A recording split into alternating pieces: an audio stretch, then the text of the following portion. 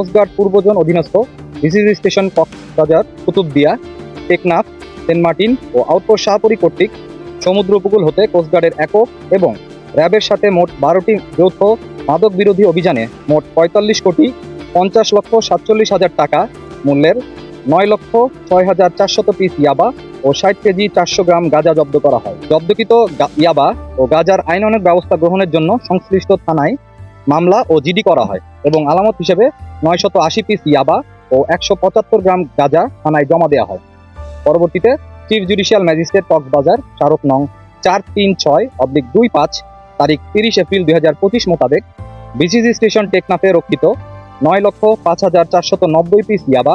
ও 60 KG 225 গ্রাম গাঁজা ধ্বংসের নির্দেশনা প্রদান করা হয়।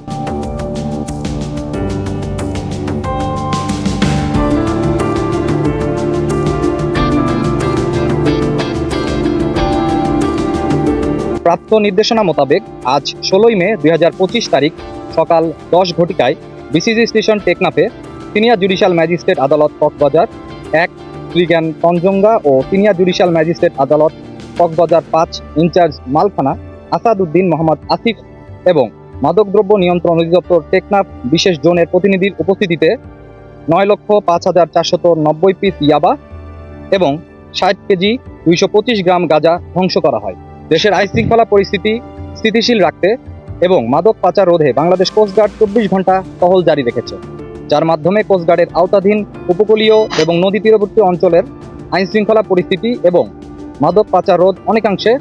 উন্নত হয়েছে। মাদক পাচার রোধকল্পে কোস্টগার্ডের এরূপ অভিযান ভবিষ্যতেও অব্যাহত থাকবে।